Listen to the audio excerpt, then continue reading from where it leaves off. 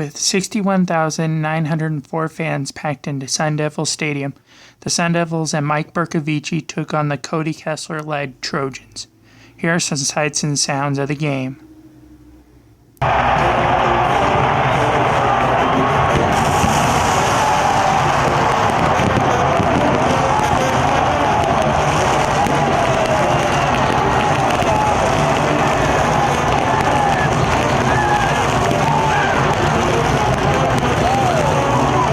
During halftime, the Sun Devil Marching Band played one-hit wonders like Play That Funky Music, White Boy,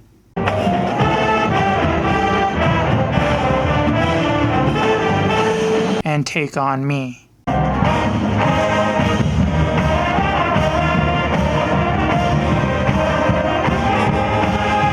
Despite the cheerleaders trying to pump up the fans,